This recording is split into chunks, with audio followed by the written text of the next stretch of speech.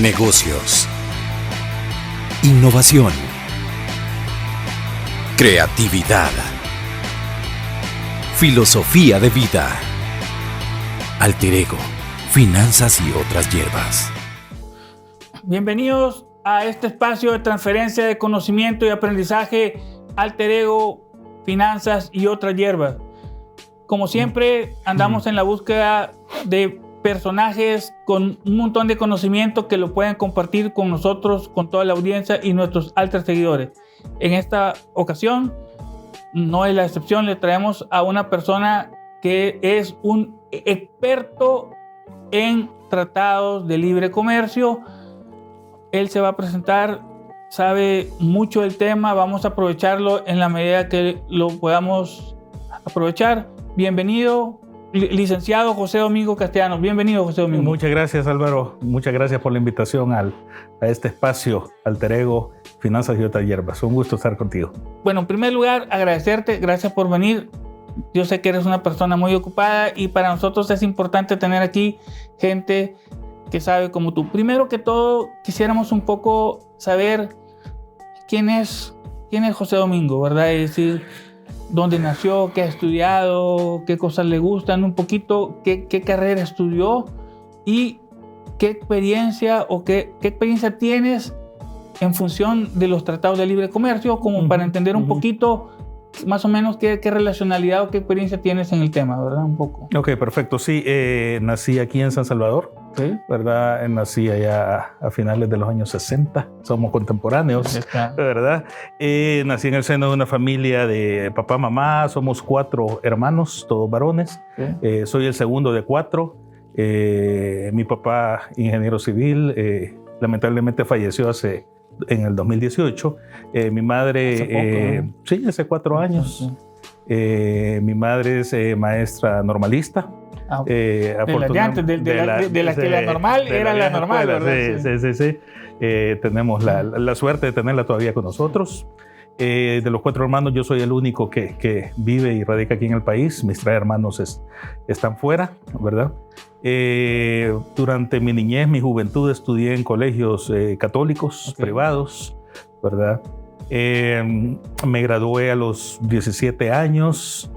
Entré a la Universidad de El Salvador a estudiar directamente economía. Yo me había decidido allá cuando estaba en primer año de bachillerato, precisamente. Curiosamente fue en una actividad que nos tocó visitar una planta procesadora de dulces. No es patrocinadora nuestra, pero creo que se puede decir. La dulcería americana.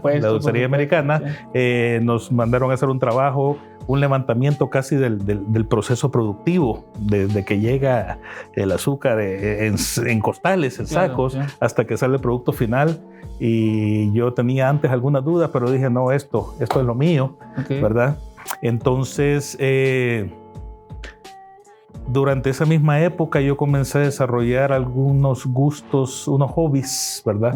La música es uno de ellos, ¿verdad? Estuve en una orquesta juvenil que fue famosa en su época acá, la Orquesta Juvenil Don Bosco. Ese rol no lo podía, ¿eh? Sí, provengo de una familia, bueno, mi abuelo era músico.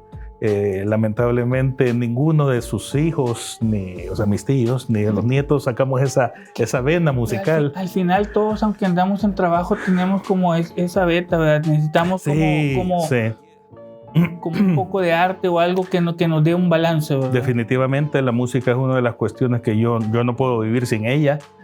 Tengo gusto, a diferencia tuya. Como dicen los jóvenes, por 2, ¿verdad? Sí, a diferencia tuya, no soy rockero, no soy heavy metal, sino que mis gustos son bastante eclécticos, digamos, ¿verdad? Música en inglés, música en español, música de los 80, de los 90, un poco de rock, pero un rock menos pesado, hasta Led Zeppelin, de ahí llego, y de Led Zeppelin para abajo, ¿verdad? Así es que la desarrollé durante esa época de mi vida, ese gusto por la música, ¿verdad? Luego entré a la universidad a mediados de los 80 a estudiar economía, ¿verdad? A principios de los 90 entré al Banco Central, el Banco Central de Reserva, que para un economista en ese momento entrar al Banco Central era wow, esta es una escuela. Es el lugar, ¿verdad? Es una escuela práctica de economía. Estoy hablando cuando no existía el dólar todavía, era una economía colonizada, teníamos Colón, claro. Ahí se hacía, uno aprendía en vivo a hacer el programa monetario, por ejemplo. Cuando había política monetaria. Cuando existía política monetaria, sí. Así es. Puntualmente yo me desarrollé un poco en el área de la gerencia del sistema financiero, en el área de operaciones de mercado abierto, haciendo precisamente política monetaria, mediante lo que técnicamente se llamaba operaciones de inyección y esterilización de fondos, y lo hacíamos a través de la bolsa de valores. Ahí en ese momento, habré tenido unos 24, 25 años, nace otra pasión que todavía la tengo bastante arraigada, que es el gusto, y hablábamos un poco fuera de cámara, de las finanzas personales, ¿verdad? Ahí aprendí varias mañas, entre comillas, ¿verdad? Varias mañas buenas. Y mañas buenas que al aplicarlas a mi vida personal me han servido, ¿verdad? Un poco de inversiones, de cómo invertir en bolsa en ese momento, cuando la bolsa de valores es del 92, era bastante incipiente, sí, pero ahí comencé a abrir mi mente y a ver cómo se movía todo eso, y cómo uno podía a título personal también hacer inversiones. Exactamente, entonces, que es otra de mis pasiones, la parte de finanzas personales. Estando en el Banco Central, afortunadamente gané un concurso por oposición. Era la época de oro del Banco Central, cuando el banco mandaba a sus cuadros técnicos a especializarse al exterior. Y habían 3 tipos de becas. Estaban la Fulbright, que ibas a Estados Unidos, ¿verdad? Estaban las becas para el ITAM de México, que era ir a estudiar economía pura. Estaban las becas para la Pontificia Universidad Católica de Chile, que era una economía bastante pura también. Eran 4 tipos de becas. Y la cuarta era el INCAE, que era un poco más de economía aplicada. De hecho, yo tuve la suerte de ganar esa beca por 2 años al INCAE. Me especialicé en economía empresarial, ¿verdad? Que era un mix, digamos, entre economía, pero bastante aterrizado a las necesidades de la empresa, ¿verdad? Eso me sirvió de ahí en adelante, ¿verdad? Luego pasé allá por el año 2000, haber tenido 28 o 30 años, un par de años a ICEA de FEPADE. Cuando estaba en el Banco Central inicié paralelamente una carrera docente, digamos, ¿verdad? A nivel de maestría, me enrolé bastante con ICEA de FEPADE, ¿verdad? Y ahí comencé dando cursos de mercado de capitales, que era básicamente bolsa de valores, y el otro que daba se llamaba alternativas de financiamiento de largo plazo, que era todas las alternativas que tiene una empresa para financiarse, a excepción de bancos. Ahí estamos hablando de emisión de acciones, de emisión de bonos, de capital de riesgo, etcétera. Y son temas que vos más que nadie conoce, ¿verdad? Entonces, ahí también servimos como consultores. El BID nos preparó bajo aquella famosa metodología de proyectos de marco lógico. El marco lógico que ahora ya no se habla tanto de él, pero era toda una metodología para formular y para ejecutar, para dar seguimiento a proyectos de desarrollo. Eso me abrió las puertas para trabajar en el Ministerio de Relaciones Exteriores, en el área de cooperación internacional. Ahora se llama Cooperación al Desarrollo, y ahí estuve prácticamente 8 o 9 años de mi vida. Ese trabajo en el Ministerio de Relaciones Exteriores fue mi primer contacto con la economía internacional, digamos. Ahí me abrió un poco más la mente. Veíamos aspectos económicos, cooperación. Esa era la pregunta que te iba a hacer, digamos.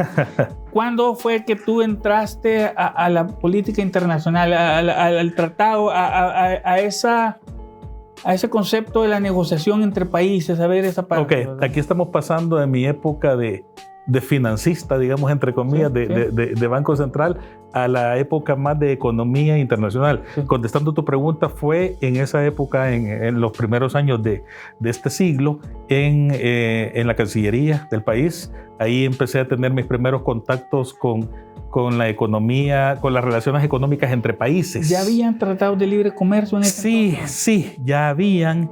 De hecho, existía el primero que hubo en el país, fue con México, que se firmó allá por el año 95, 96. Hace rato. Sí, cuando México había justamente después pero no de era que... tan conocido, sí, porque siento que después hubo un boom, como de tratados ya, pero ya más... a finales de los 90 no estuve yo lamentablemente en esas negociaciones. Se negoció México, se negoció Chile, el Tratado de Libre Comercio con Chile. Los negociadores mexicanos venían fogueadísimos, venían de negociar con Estados Unidos y Canadá. ¿El CAFTA? El NAFTA.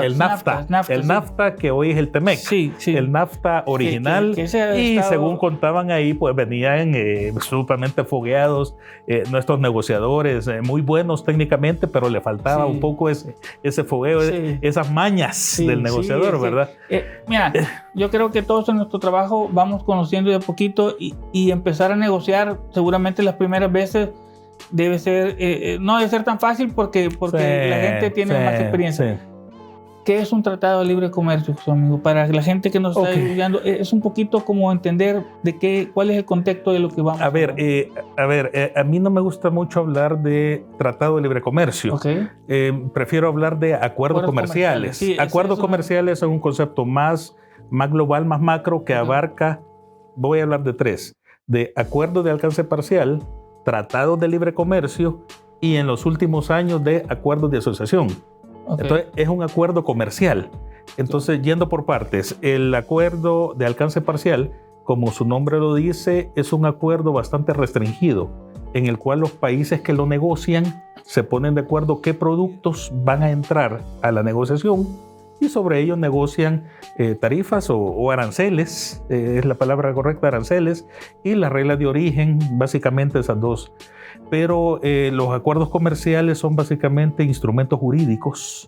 Son instrumentos jurídicos porque al ser ratificados por los congresos de los países que lo han negociado, se convierten en leyes de la República. Eso te iba a decir, tienen un nivel de rango, ley de la República, ¿verdad? Inclusive yo he escuchado por ahí, no sé si va arriba de la Constitución. A eso voy. Porque creo que es, exactamente. No es algo tan sencillo, ¿verdad? No, a ver, los acuerdos internacionales, si no me equivoco, es ahí por el artículo 144 de la Constitución Política, establece que están arriba de todo el marco normativo secundario del país, únicamente abajo de la Constitución Política. Entonces ahí te establece que cuando existe un conflicto entre un acuerdo comercial o un tratado internacional y una ley de la República, priva el tratado comercial, ¿verdad? Entonces, arriba del tratado únicamente la Constitución Política. Así es.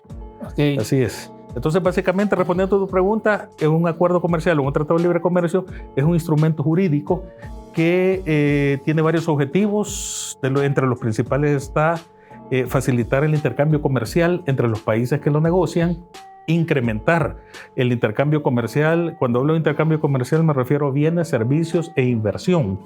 Comercio de bienes, comercio de servicios y comercio de inversión.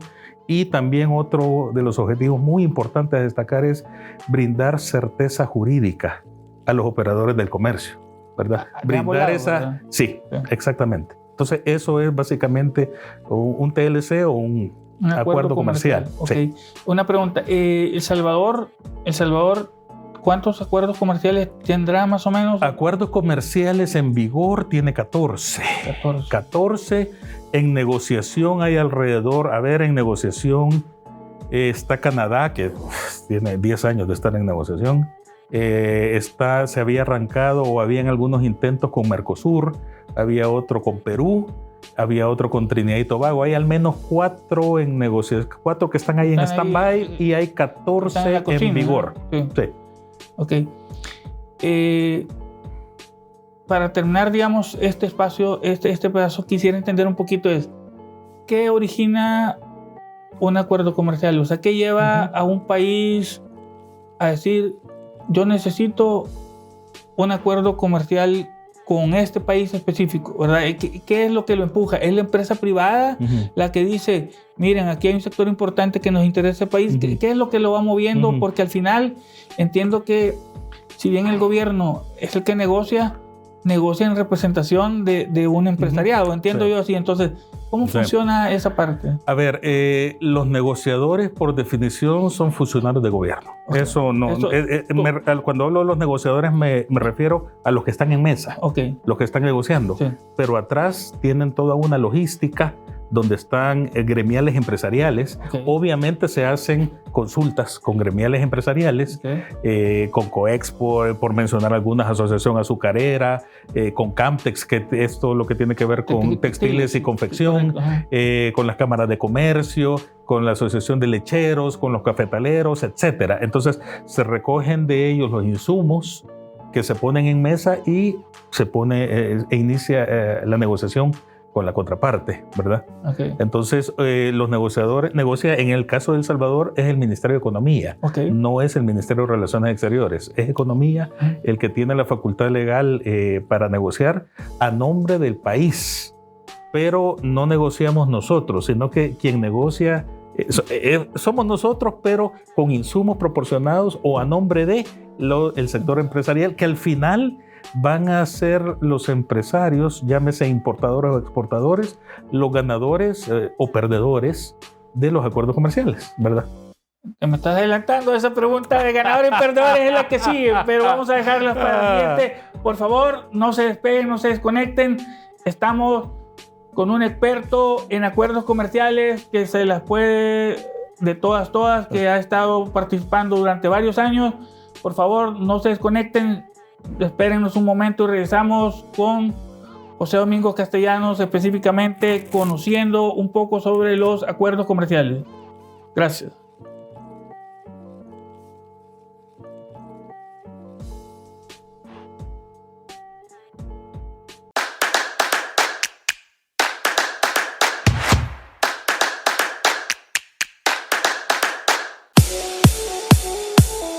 Un espacio para que hablemos relajados pero serios.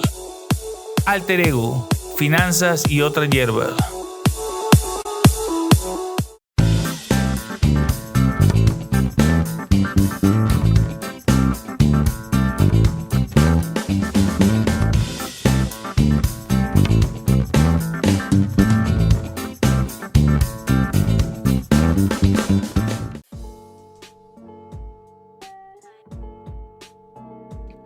Bienvenidos, estamos de regreso en Alter Ego, Finanzas y otras hierbas, conociendo los tratados de libre comercio o acuerdos comerciales, que es un mejor término.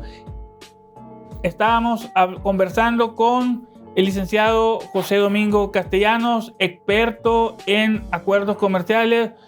José Domingo, estamos hablando un poquito de los ganadores y los perdedores. ¿Siempre hay ganadores y perdedores en todos los acuerdos comerciales? No sé si es la frase en correcta. Principio no. En principio un acuerdo comercial debería ser un ganar-ganar. Pero si nos vamos a la realidad, a lo que ha pasado, es que sí han habido sectores que han aprovechado de una mejor forma los acuerdos, las ventajas contenidas en los acuerdos, y hay sectores que las han aprovechado en menor medida o que no las han aprovechado, ¿verdad? ¿De qué depende o cómo un sector puede aprovechar mejor un tratado de libre comercio? Te voy a poner un ejemplo. Yo estoy en el Lácteos, pero si no estoy en la asociación de lecheros, puedo no estar muy enterado. Inclusive hay algunos que están y no lo aprovechan, ¿verdad? O sea, ¿cómo puede una empresa de un sector saber qué acuerdos existen aquí o en cualquier país? Me imagino que cada país debe tener su unidad de referencia de información. ¿Cómo puede saber qué acuerdos hay y cómo buscar para ver si su producto un poco puede aprovechar alguna condición o no, ¿verdad? Sí. Antes de contestarte tu pregunta, Álvaro, qué bueno que hablaste del sector lechero, ¿verdad? Porque el sector lechero, a ver, todas las economías, todos los países tienen sectores sensibles. Unos sectores son más sensibles que otros. Y por sensibles me refiero al nivel de empleo que generan, básicamente el tipo de actividad que desarrollan. Y aquí en el país el sector lechero es uno de los sectores sensibles. Tan así que en la mayoría de acuerdos comerciales que tenemos en vigor, que han sido negociados o que están por negociarse, el sector lácteo está excluido. Exactamente, okay. Está excluido. Está excluido quiere decir, señores, no es que yo tenga prohibición de exportar al país con el que estamos negociando. Lo puedo hacer, pero fuera del acuerdo. Okay. Igual, los empresarios de lácteos del otro país pueden venir al mercado salvadoreño, pero pagando los aranceles que deben de pagar y no gozando las preferencias arancelarias contenidas. Entonces, el sector lechero, el sector lácteo es considerado por definición uno de los sectores protegidos, que en la jerga técnica se llama excluido, ¿verdad? Una pregunta, cuando uno ve acuerdos comerciales entre un país más grande y desarrollado y un país más pequeño, voy a asumir que el país más pequeño tiene más sectores que quiere excluir. ¿Así funciona o no? Sí, eso se llama tratamiento asimétrico de las economías. No es lo mismo, y voy a poner un ejemplo al lado de sin nada en especial. El Salvador y Perú, la economía peruana, ahí hay un tratamiento sumamente asimétrico. La economía peruana no es para nada comparable a la economía salvadoreña. Es una economía 100 o 200 veces más grande que la economía, o 300 veces más grande que la economía salvadoreña. Entonces hay un tratamiento asimétrico. ¿Cómo se refleja en los acuerdos comerciales? Sí. Con beneficios a favor del país de menor desarrollo. Pregunta así de alguien que no sabe. Sí. Yo lo veo como un partido. La pregunta, ¿hay un árbitro? Sí. Hay un árbitro que no sea ni de Perú ni de El Salvador, por ejemplo. ¿Quién dice que quién determina esa simetría? ¿Hay alguna entidad internacional o cómo funciona cómo funciona eso? Antes de negociar un acuerdo comercial, llámese acuerdo de alcance parcial, TLC o un acuerdo de asociación, se negocia lo que se llama marco normativo, o los términos de referencia, que es el previo, que son las reglas del juego que vamos a seguir durante la negociación. Okay. Ahí se negocian, entre otros, el número de rondas que van a haber, si las reuniones van a ser presenciales o virtuales, si va a haber asimetría, reconocimiento o no de asimetrías. Ese es un punto de honor para nosotros, porque nosotros siempre somos los pequeños. Hemos negociado con Chile, con Colombia, con Ecuador, con México, con Unión Europea, y siempre somos los pequeños. Siempre han habido o hemos negociado desde la parte del marco normativo o términos de referencia, hemos negociado asimetrías a nuestro favor. Eso me suena como que vamos a boxear y vamos a agarrar la mano para como que juegue Real Madrid contra el glorioso Atlético Marte. Te lo pongo de esa manera, ¿verdad? Entonces siempre hay asimetrías y hay un reconocimiento de esas asimetrías. Hablando de eso, hay algo que me llama la atención, y es que yo me he fijado, o no sé si estoy mal, pero muchos acuerdos comerciales, o por lo menos yo no soy experto, no vamos solos, sino que vamos generalmente como región. ¿Es así? O sea, porque solo no somos muy chiquitos. A la mayoría de acuerdos que tenemos en vigor hemos ido solos como El Salvador. Sin embargo, algunos TLCs de los más recientes, por ejemplo, donde yo participé, Corea. Con Corea fuimos como Centroamérica. Fuimos Centroamérica, Corea. El tratado no se llama así, se llama Tratado de Libre Comercio entre Guatemala, Honduras, El Salvador, Nicaragua, Costa Rica, Panamá y Corea, ¿verdad? Porque Centroamérica no tiene una personería jurídica, ¿verdad? La CIECA, que es la Secretaría de Integración Económica Centroamericana, no tiene la facultad de ir a negociar por Centroamérica, como sí lo hace la Unión Europea. La Comisión Europea negocia a nombre de los 32 países. Ahí sí es un bloque unificado. Sí, ahí hay una cesión de soberanía, digamos. En cambio, en Centroamérica no. Las instituciones de la integración centroamericana son instituciones de la integración centroamericana, pero no tienen la potestad legal de ir a negociar acuerdos comerciales a nombre de Centroamérica. Por eso vamos como países. Entonces, el más reciente, entró en vigor 2018, fue el Tratado de Libre Comercio entre los países de Centroamérica y Corea. ¿Verdad? CAFTA es otro ejemplo de ellos. ADA, el acuerdo de asociación con la Unión Europea, es el otro. Y ahí paremos de contar, creo que son esos tres vamos juntos. Hemos ido juntos, ¿Será que porque vamos con una entidad demasiado grande? Porque la Unión Europea no va a negociar. Exactamente. En el caso de Corea, que es el que yo tuve la suerte de vivir, Corea dijo, nos interesan como región, no nos interesan como países separados. Y han habido casos que hemos ido a negociar como subregión. Ojo con eso. Y cuando van como región, ¿cómo van representantes de cada país? Sí. Es un grupo, digamos, que, por ejemplo, voy a inventar, en el café hay uno de Guatemala, uno de Costa Rica, uno de El Salvador, uno de Guatemala, uno de la región, hay uno de cada región, o le ceden a ciertas personas que se encarguen de eso. ¿Cómo funciona? No, los negociadores son los mismos, son oficiales de gobierno, son representantes de gobierno que al interior de cada país hacen sus consultas respectivas. En el caso de Corea nos reuníamos una semana antes de irnos a sentar con los coreanos.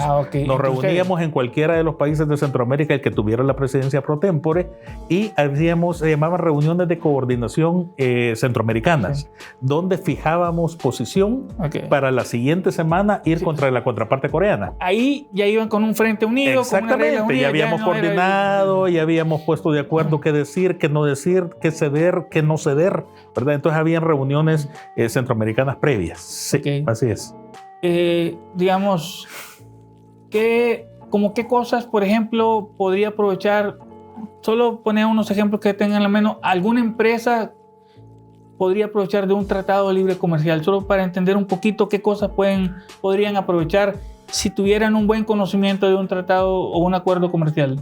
Sí, mucha gente critica y con alguna razón que los acuerdos comerciales, los 14 que estamos hablando, no han sido aprovechados.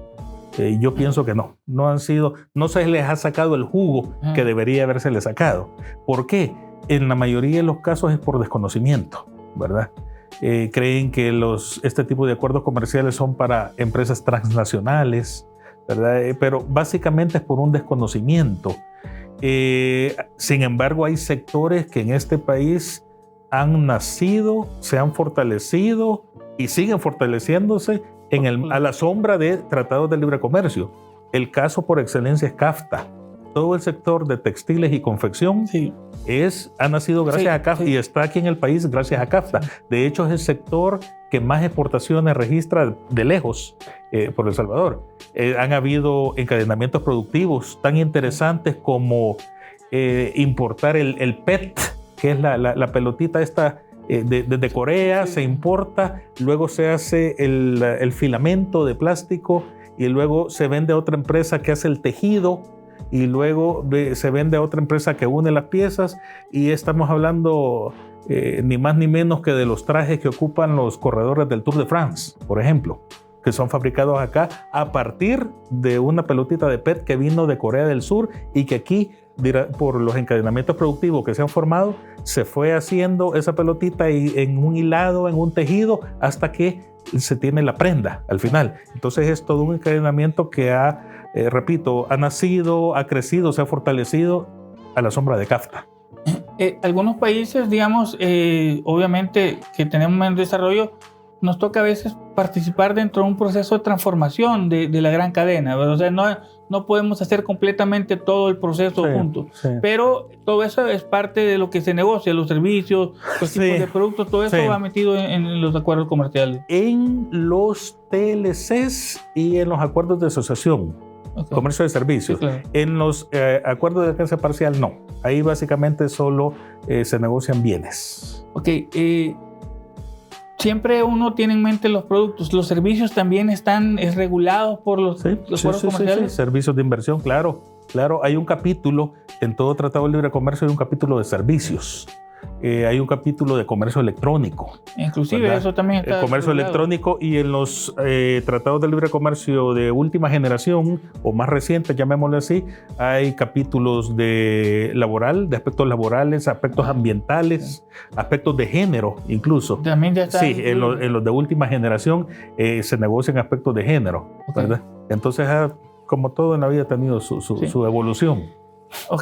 Mira, primero darte gracias. Realmente yo sé que te hemos sacado un par de gotitas de todo el conocimiento que puedes tener de eso, pero muchas gracias por compartirlo. No quisiera cerrar el programa sin que tú pudieras referirte a los altos seguidores. Algunos son estudiantes, otros son empresarios, otros son personas empleados, otros son personas que quieren conocer también un poco de cómo funcionan algunas cosas. ¿Cómo podría el sector empresarial aprovechar? Aplica para El Salvador, pero casi que cualquier empresa que nos escuche de cualquier país seguramente tiene algún tratado libre comercial con otros países, porque a raíz de esta apertura comercial que hubo un boom de un tiempo para acá, donde no puedes pasar uno solo produciendo y comprando uno mismo todo, sino que tiene que abrirse porque hay lugares donde hacen cosas más baratas que uno hace más cosas más baratas que otro, todo eso ha permitido intercambios comerciales, y los tratados de libre comercio y acuerdos vienen como a facilitarlo. ¿Qué consejo, qué recomendación podría dar a los alter empresarios, seguidores, que podrían hacer para poder aprovechar mejor un tratado o un acuerdo comercial? Sí, bueno, buena pregunta. Primero, que conozcan los acuerdos. Esto lo pueden hacer de dos formas. Uno, acercándose a su gremial, ¿verdad? Si es una empresa, no sé, del sector medicamentos, por ejemplo, acercándose a su gremial. Si es una empresa del sector alimentos y bebidas o del sector plástico, textiles y confecciones no, porque ellos conocen y dan cátedra sobre el tema, ¿verdad? Entonces, uno es conociendo los acuerdos comerciales, y la otra, los acuerdos comerciales son información pública, son leyes, como dije al principio, leyes de la República, están disponibles en varios sitios web.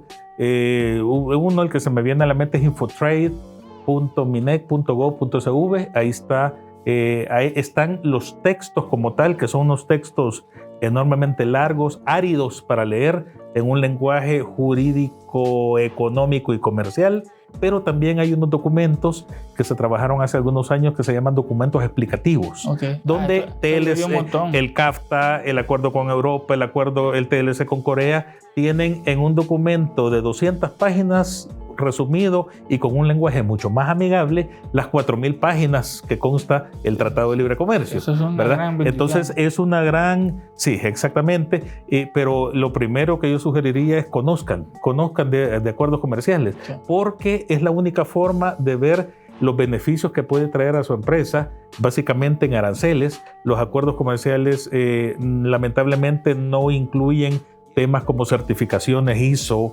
licencias, etcétera, ¿verdad? Únicamente regulan aranceles, ¿verdad? Y las reglas de origen. Un arancel en algún momento te puede ser más competitivo o menos competitivo, dependiendo de los porcentajes, ¿verdad? Claro. De hecho, aquí en el país el 85, el 90% de nuestro comercio exterior ya está regido por acuerdos comerciales, ¿verdad? En otras palabras, ya gozan de preferencias arancelarias, que si no son cero, están en niveles cercanos a cero. José Domingo, muchas gracias por haber venido al programa. Seguramente en algún momento vamos a tocar otros temas, porque es mucha información, pero la idea era un poco trasladarle a los altos seguidores un poquito qué es un acuerdo comercial, cómo funciona, se da entre países, cuál es la función del gobierno, cuál es la función de la empresa privada, para que por lo menos cuando la gente hable sepa un poquito a qué se refiere cuando estamos hablando de un tratado de libre comercio o acuerdo comercial, que por lo que yo he aprendido hoy, no hay una sola forma, sino que hay distintas formas, y hay unas donde se negocian cosas bien restringidas, otras más abiertas, y todo eso puede tener un nombre diferente, ¿verdad? Así es. José Domingo, muchísimas gracias. Jóvenes, altos seguidores para todos, ya ven que les traemos personas con un vasto conocimiento. Muchas gracias por venir. A tus órdenes, Álvaro. A tus órdenes, cuando quieras. Gracias. Negocios. Innovación. Creatividad. Filosofía de vida. Alter ego. Finanzas y otras hierbas.